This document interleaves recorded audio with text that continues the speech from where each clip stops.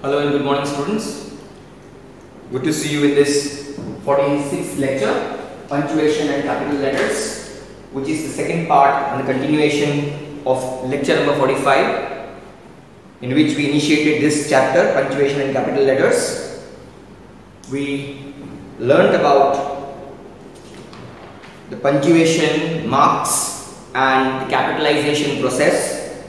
So let us first recapitulate what we learned in the previous lecture. As you can see on the board, I have mentioned necessary things for the recapitulation purpose. Punctuation marks indicate pauses that are used in written text to separate sentences or to separate a part of a sentence from another to convey a clearer meaning. Well, this is what a punctuation is used for, and it's at most important. In the last lecture also I said the sentence before you. Where are you going, Rita? Why are you going, Rita? With a question mark, and first why and then are you going, Rita?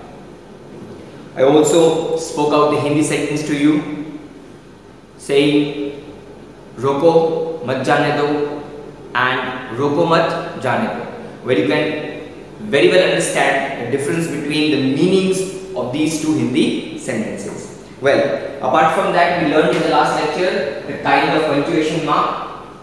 5 of them, what we covered in the last lecture, is the recapitulation: full stop, question mark, exclamation mark, inverted commas, and the apostrophe, its usages.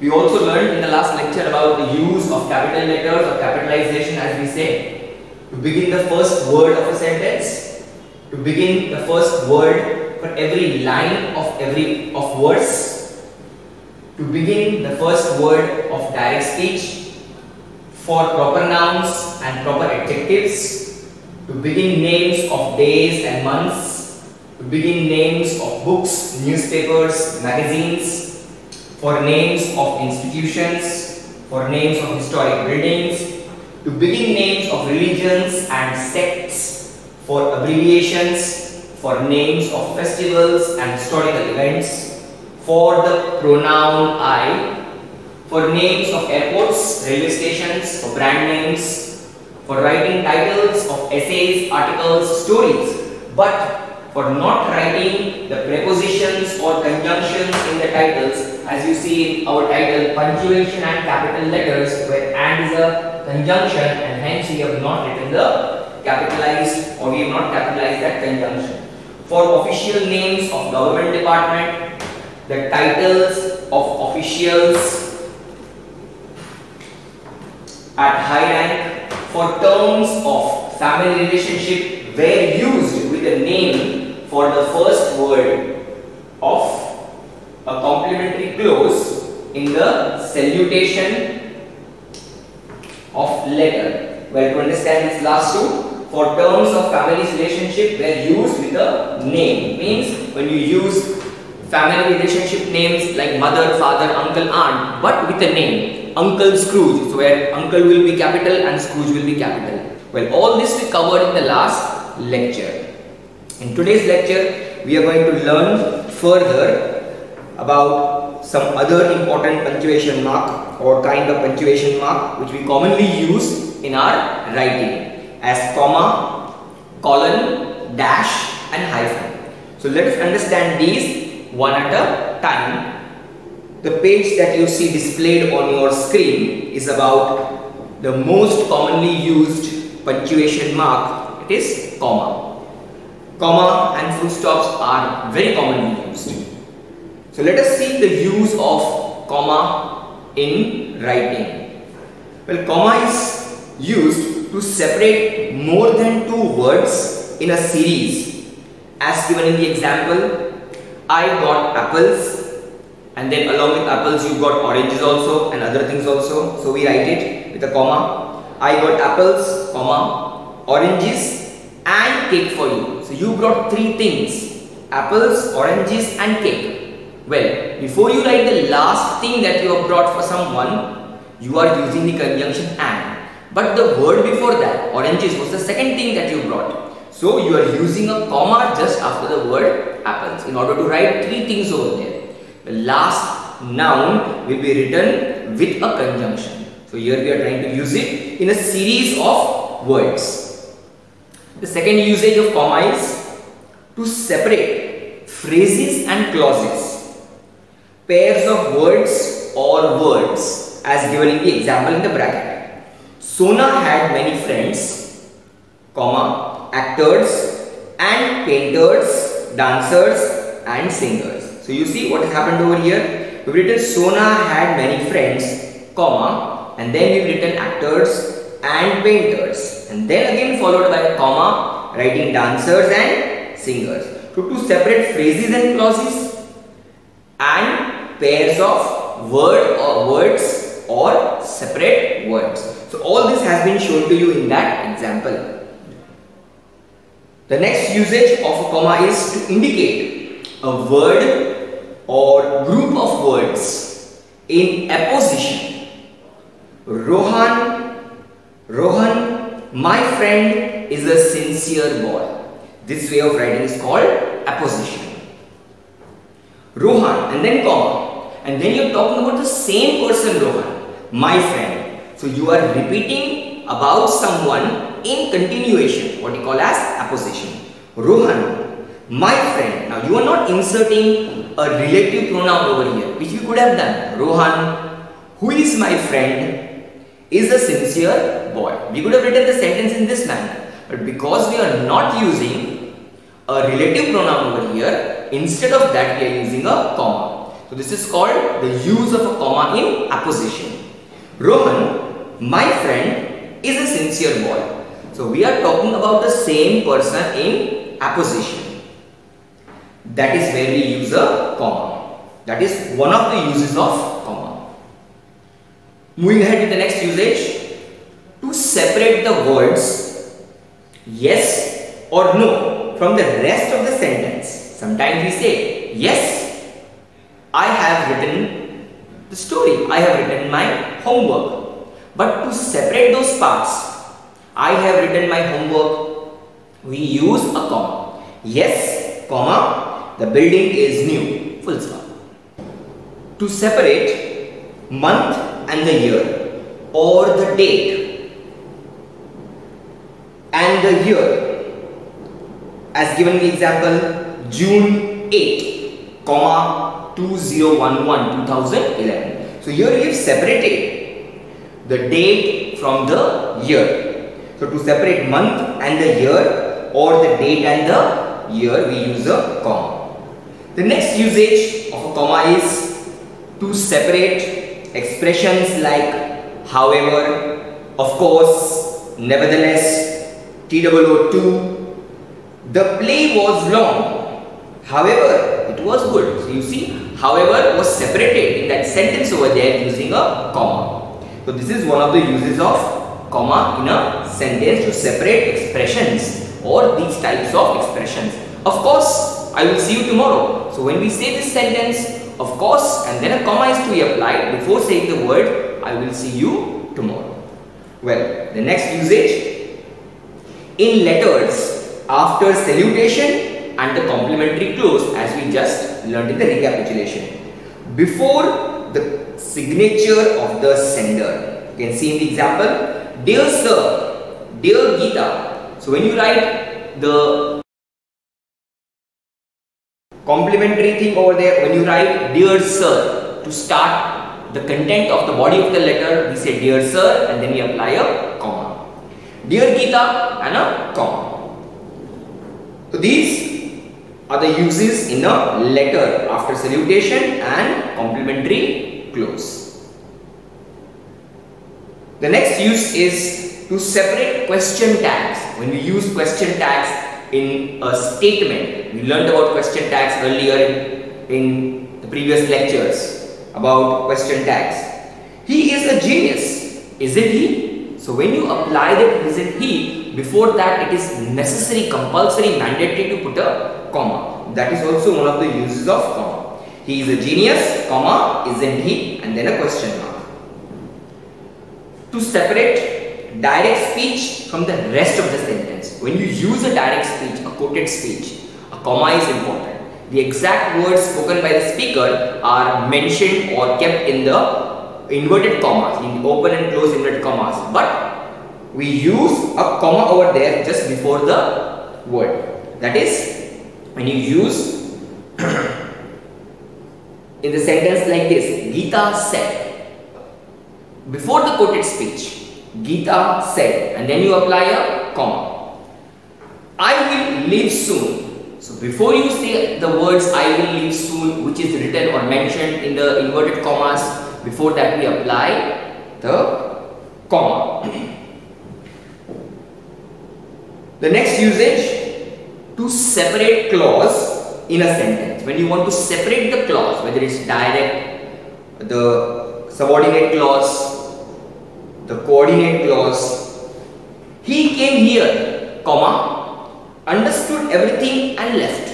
So what have we used over here? We have separated two clauses over here. He came here, understood everything. So we have two clauses. He came here is one clause, understood everything is another clause.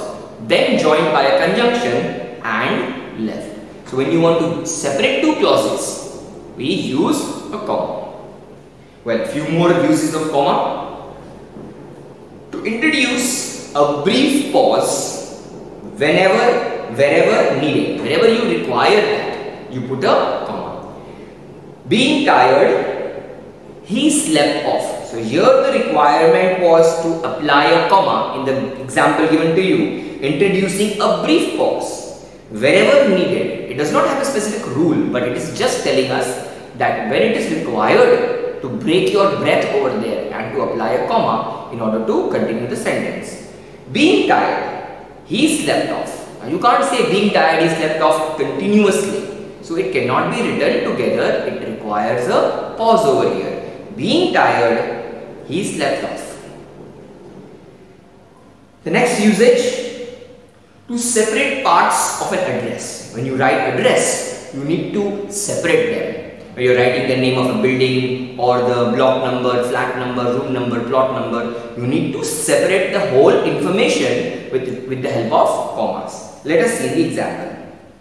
D-15, comma, Harinagar, comma, and then Delhi. So, three pieces of information have been mentioned in that address, where you see D-15 may be referring to block number, it could be flat number, it could be plot number, sector number, something like that. So D15 separated by a comma because it's the next piece of information. Harinagar, the area or the locality, and finally comma, Delhi, that is the city or the state. The next usage is the subordinating conjunction if. The if clause at the beginning of a sentence is separated by a comma. If the train is late, it is one clause containing the subordinating conjunction if inside it. Therefore, it is called if clause. If the train is late, it is a conditional thing, what you call as if conditionals. We will be learning about if conditionals in the next term. If the train is late, then a comma is applied over there. If the train is late, we will have a problem. In order to separate these two pieces of information, we will have a problem with the condition if the train is late. We require a comma to bring out its complete and proper meaning, to convey the proper message. If the train is late, comma, we will have a problem. The last usage of comma, to separate a non-defining relative clause. Non-defining relative clause. A defining clause does not need a comma. Let us see what is this. I went to Calcutta, comma, where my aunt lives. So this is your non-defining clause. You can see I went to Calcutta, where my aunt lives. So you are defining the place where you have gone. I went to Calcutta. Where did you go? You are trying to define the place where my aunt lives. So when you are defining a place or defining a clause over here like this, what you call as relative clause. You are relating something with the help of a subordinating conjunction WHERE, where in this example. But you see the second sentence. I went to the city. where my aunt lives. I went to the city is complete over there, it has a complete meaning. Where my aunt lives, so no doubt we have the subordinating conjunction over here, but it is a defining clause. It is defining something and therefore it does not require a comma. Whereas the first one was a non-defining. I went to Calcutta where my aunt lives. So we required a comma in the previous one and not in the second sentence. I hope this is clear. Moving ahead with the next punctuation mark to understand, as you can see on your screen, colon. That is just the usage of two dots, colon, what we use.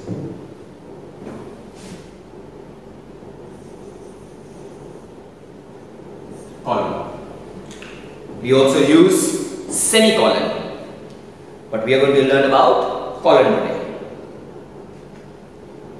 To introduce a quotation or speech, when you want to introduce someone who has said something, what you call as quotation or speech, unlike what we use in the inverted commas. To introduce a quotation or speech, he said, and the person what he has said. Let us unite as one. I hope you remember, you must have learned about the different direct speech where a person's quoted speech is put in the inverted commas in the play. Recently you might have learned about a play, or in the class 7 also you might have learned about a play where the person is the speaker and he is being written as individual characters. For example, you learned last year as Arjun saying something, Arjun Sharma, and he says something. It is being spoken by, the words are spoken by Arjun Sharma. So when you write words like that, spoken by someone in a play as a dialogue, particularly this is used in dialogue or dialogue writing. So you can see in the example given to you as he said. So here somebody as a person defined over here is saying something. Let us unite as one. The exact words spoken by the person but without using the inverted commas. So what we call as quotation or speech as a dialogue, where we use colon. To introduce a list, when you want to introduce a list of something, when you want to list out different items or things, it could be a list of books, it could be a list of grocery items, it could be a list of gadgets, anything that you want to list out. So when you write a list of something, we use or make use of this punctuation mark called colon. As given in the example, he took, then colon, a pen, ruler, compass, and many more could be added to the list of things. The next and the last use of colon is to introduce a list after phrases like. For example, sometimes we use in a sentence. For example, when you write these words, for example, continued or followed by a list of things as given in the example, things required for bird watching are. And then you mention the thing, binoculars, a map, etc. Many more things can be added to that list, whatever is required. So, to introduce a list after phrases like, for example, sometimes we write, for example, colon, and then you mention all the necessary examples that you want to mention. So, these are the three uses of the punctuation mark colon. Moving ahead to the next one is dash. D-A-S-H, dash. It doesn't mean to bang against someone, to dash against someone. It is the punctuation mark. Dash is used to mark a break in a sentence. A very important punctuation mark that we usually must use but we don't use. To mark a break in a sentence, as given in the example, you can see, he saw many people. And then a long dash. That long dash is sometimes misunderstood as a hyphen. Well, a hyphen and a dash is different. We will just be understanding hyphen soon after this. He saw many people. Now whom did he see? He wants to list a number of people. So you use a long dash called a long line called a dash, but not a hyphen. Doctors, comma, engineers, comma, architects. Again you can see a dash in order to separate or have a break in a sentence. So the main purpose is to mark a break in a sentence. And then about those people you want to say something at the conference. So you can see 2 times in the whole sentence the break has taken place with the help of a dash. Well, the second usage of dash, before or after a list. You can use it before a list and after a list. He bought eatables, a dash, and then the names of the eatables have been mentioned. Chips, cookies, nuts, dash, and took them home. So you see, 2 things to mark a break in a sentence. Also, continuity to that is before and after a list. Before a list and after the list. Well, the next and the last punctuation mark that we are going to understand before we go into the use of commas in some other situations is hyphen. H-Y-P-H-E-N, hyphen. Hyphen is used. Hyphen is also another shorter line, a small line between 2 numbers indicating the inclusion of the content. When you want to include something in that one thing or taken as one whole, we use it as, or we use it with a hyphen. Say you learned numbers in the lower classes, you must have written in class 1, 2, even in the UKG section, you must have learned to write numbers in spelling. You must have written the 2-digit numbers like 21, 22 and onwards. But you must have written it straight away without using any hyphen. Well, the way we use it or the way we should be writing it in writing is actually using a hyphen.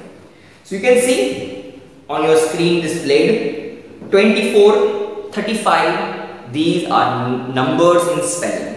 But what is used over there is a hyphen between the 2 names, 34, 30-4, 30-5, 20-4. So you are supposed to use a hyphen when you take the whole thing as one. 24 is one number, 35 is one number, we know that. But it is written with 2 names, therefore a hyphen is necessary because it is a compound noun. We learned about compound noun in the earlier classes. Next, use of hyphen is in the formation of compound noun or compound words, as you already learned. Mother-in-law, sister-in-law, forget-me-nots are all examples of compound nouns. You can see 3 words have been written in a singular form, but they have been hyphenated.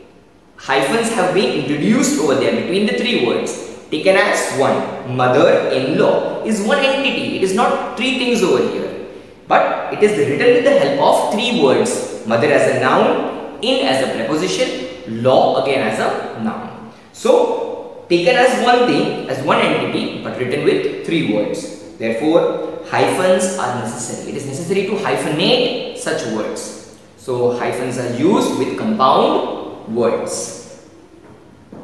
The next usage of hyphen is between cardinal numbers 1, 2, 3 and so on. You learned about cardinal numbers in maths way back in class 1 and 2, isn't it? You learned about cardinal and ordinal numbers.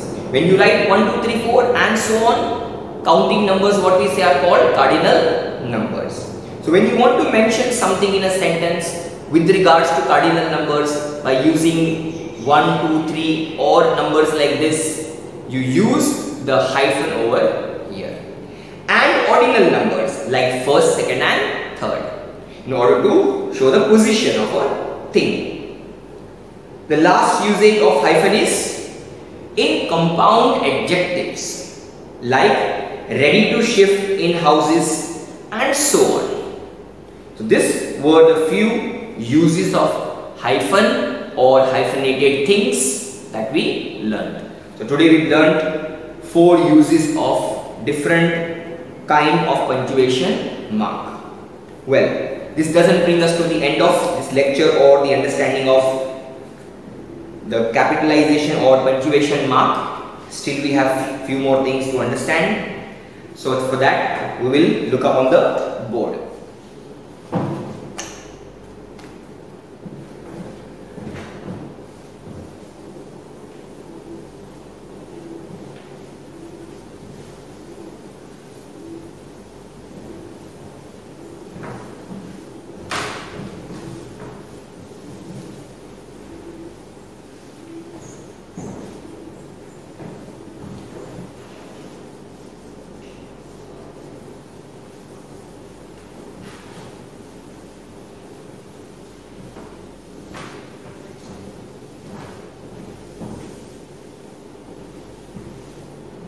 Well, now let us understand the use of comma in sentences with but and for.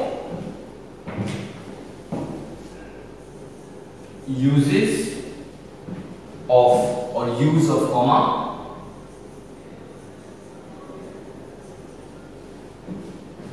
in sentences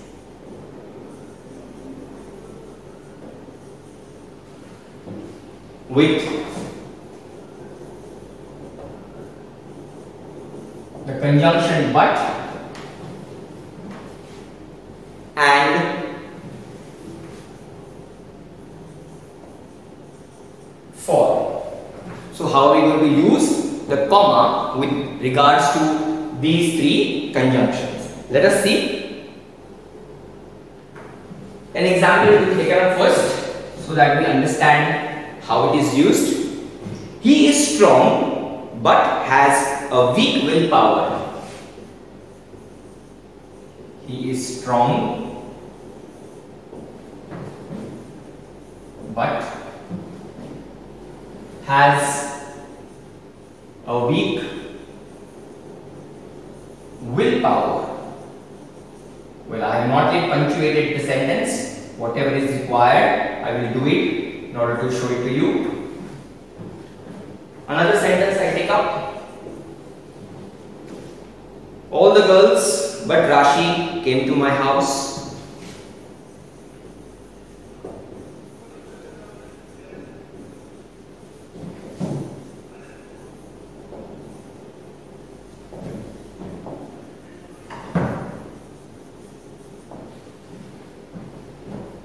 One more sentence.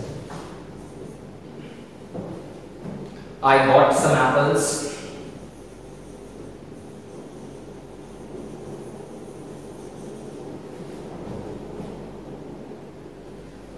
For mother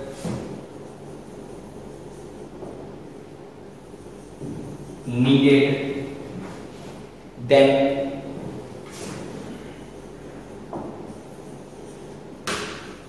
for making apple pie.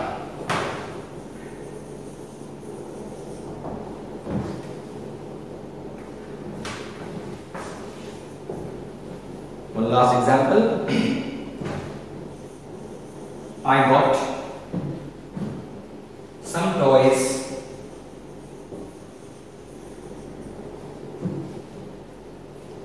for my sister. Well, I will apply the necessary punctuation marks over here and then we will discuss about it. He is strong, comma, but has a weak willpower. Why? We will see. All the girls but Rashi came to my house. I am not applying any punctuation mark over there. I got some apples for mother needed them.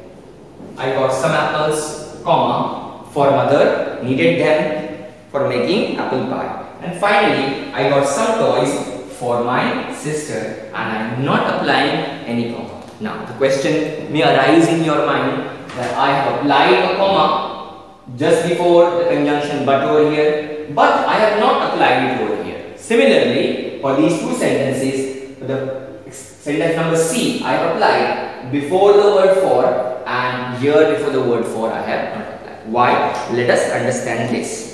Well, if you have noted that carefully down, the comma is used with but and for depending on the structure of the sentence and the context which it is implied. Now, what is implied over here? Let us understand. He is strong but has a weak willpower. Now, when you are using or when you are talking about something that is related to the previous part, what we call as the subordinate clause or the coordinate clause, when you are depending on that over here, then we require a comma. He is strong but has a weak willpower. So we have over here has a weak willpower and he is strong as two individual clauses. Whereas if you see over here, all the girls but Rashi came to my house. Well, if I say the words all the girls and I do not use anything else over there, so does it make my meaning clear? No. When I say Rashi came to my house, but, so can I say that? No, I cannot say like that. All the girls, but Rashi came to my house. So here the word all the girls require the assistance of the word Rashi came to my house used joining by the coordinating conjunction but. Therefore, we are not applying any comma over here. He is strong is one independent clause. This is also an independent clause. Has a weak willpower. That's someone you're talking about. He has a weak willpower. So we are joining two independent clauses. So when you join two independent clauses, two coordinate clauses with a conjunction, a coordinating conjunction, we make use of a comma. Whereas if you are talking about that and it requires the assistance, as I said, implied based on the structure of the sentence, and this is what you are going to learn. I got some apples. Mother needed them for making apple pie. Well, the subject is missing over here. Mother needed them for making apple pie. But we can say that this part of the sentence can stand alone by itself as a meaningful thing. I got some apples and mother needed them for apple pie are two separate independent clauses joined with the conjunction for, and therefore we are applying the comma. I got some toys for my sister. I got some toys is an independent clause. You can say it's a coordinate clause, but just using the word my sister does not make any sense. Or my sister. But what about my sister? It requires some other words to bring out its meaning. Therefore, we can say this part is acting somewhat like a subordinate clause which requires assistance from the previous words. Hence, we are not applying the conjunction itself is enough. Therefore, we have to be very careful when you write the comma or apply the comma with regards to and, but and for. Read the following sentences which are unpunctuated form and then in the punctuated form. Well, let us take up this exercise to practice about the use of commas in a sentence to understand better.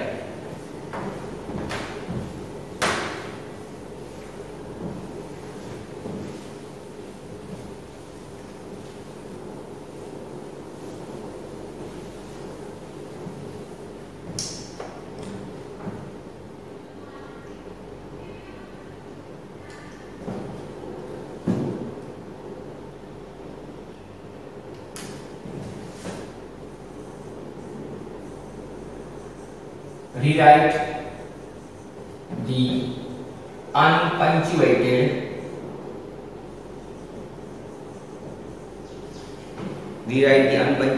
form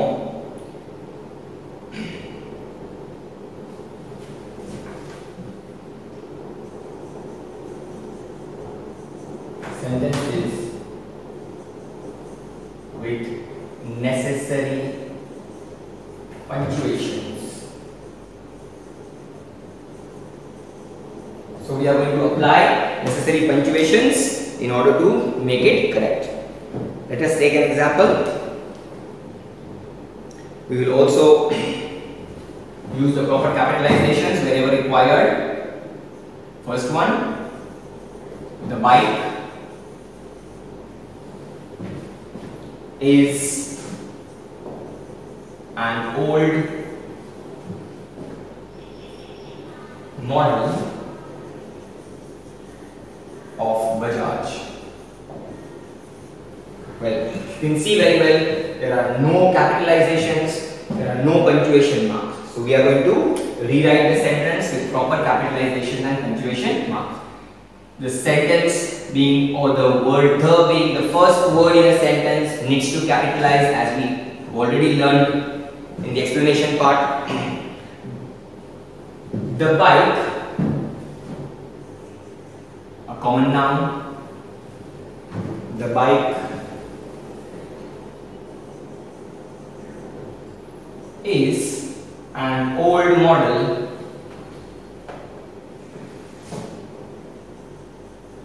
of what? Bajaj. Well, Bajaj is the name of a brand. Therefore, we learned that all brand names must be written in capitalization. Hence, we have capitalized the word Bajaj. Now, if you carefully see over there, we have just applied the full stop to make the sentence complete. Moving on to the next one, the second one. I met Uncle Arun in Shimla long ago, but never saw him again. I met Uncle Arun in Shimla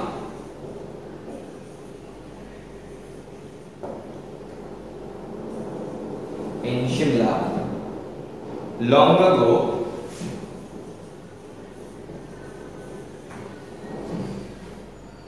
but never saw him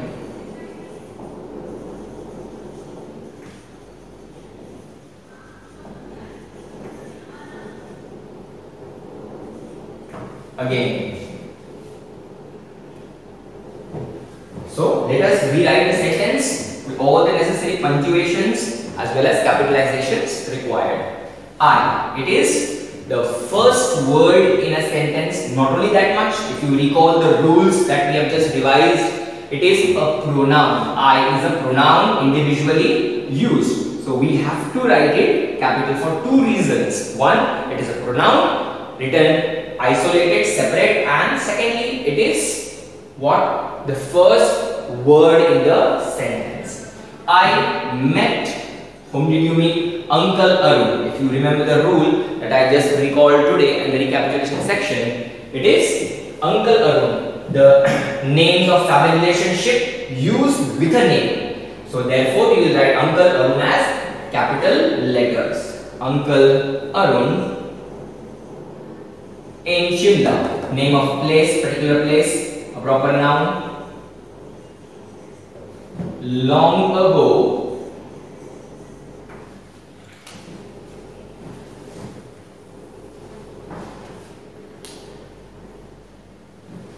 long ago. Now I have the conjunction but I need to think, do I need to apply the comma or not, as we just learned. I met Uncle Arun in Shimla long ago, comma, yes, I need to apply the comma over here, but never saw him again.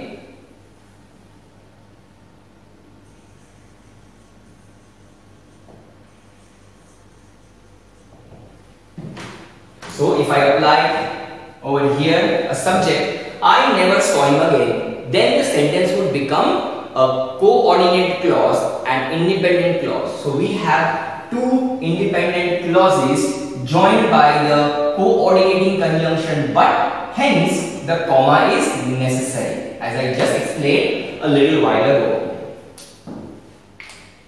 Third one. He got accessories, a rear view mirror. He got accessories,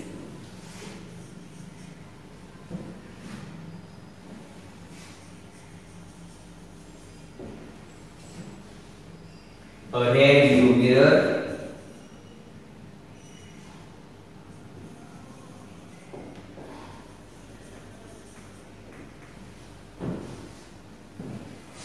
floor mats,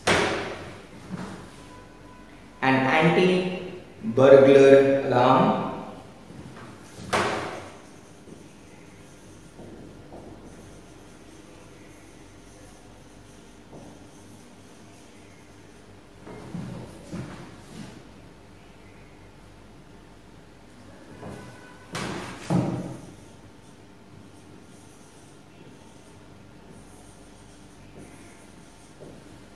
for in the car.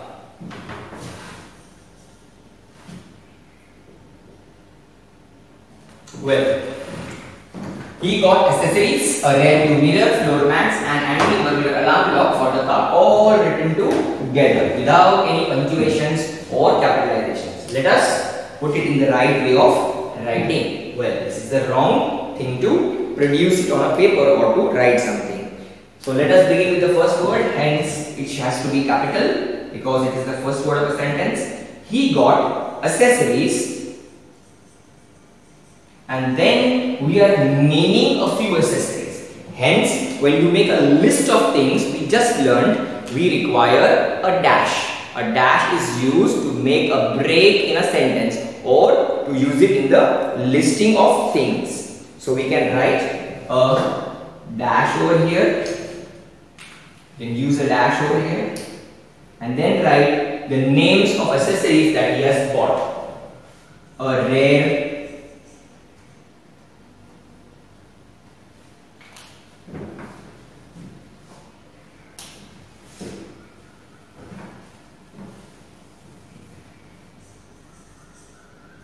view mirror.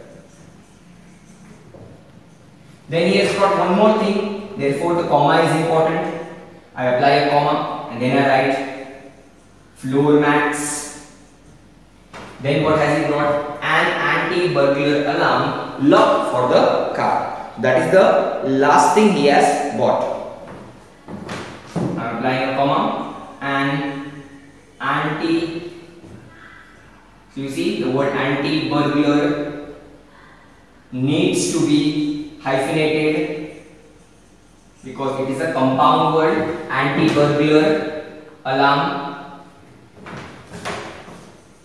taken as one, lock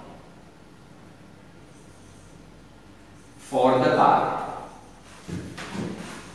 So in this manner we have used the necessary punctuations, the dash, the commas, again the hyphen in order to make it a compound word. Then we have used the full stop in the end to complete the sentence. Let's take one more. Number 4.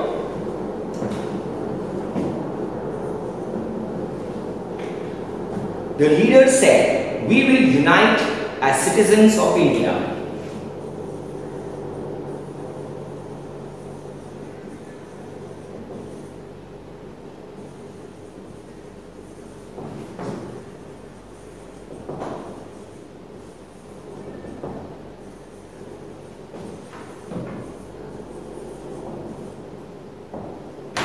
Well, you can see it does not have any punctuations. It is not capitalized also. We are going to do the necessary things.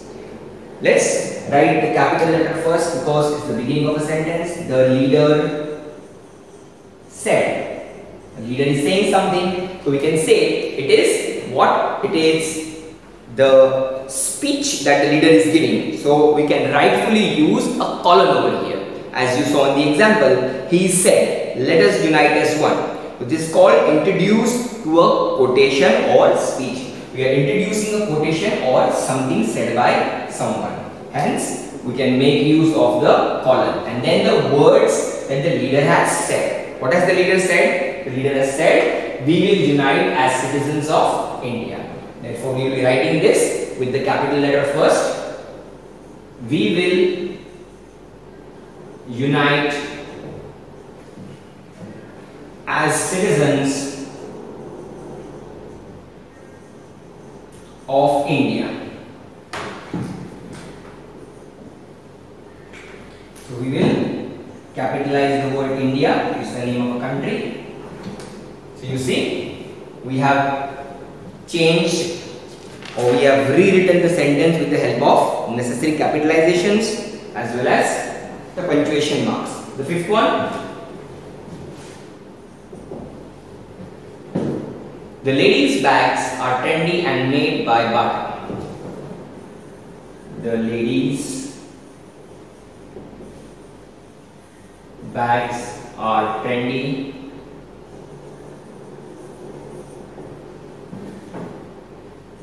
and made by Bata. Well, a couple of changes to be made over here as well. Pay proper attention. The ladies, beginning with a capital letter, it's the beginning of a sentence, therefore capital is important. The ladies' bags, we are referring to over here, belonging to the ladies. So, the ladies, not one lady, but referring to all the ladies, therefore it is taken as plural, and the bag belonging to the ladies, therefore the apostrophe is important, the punctuation mark apostrophe, L-A-D-I-E-S, and then I need to apply the apostrophe, the ladies and the bags belonging to that ladies. So ladies bags, the bags is a plural, therefore we have written S apostrophe and not apostrophe S. Are trendy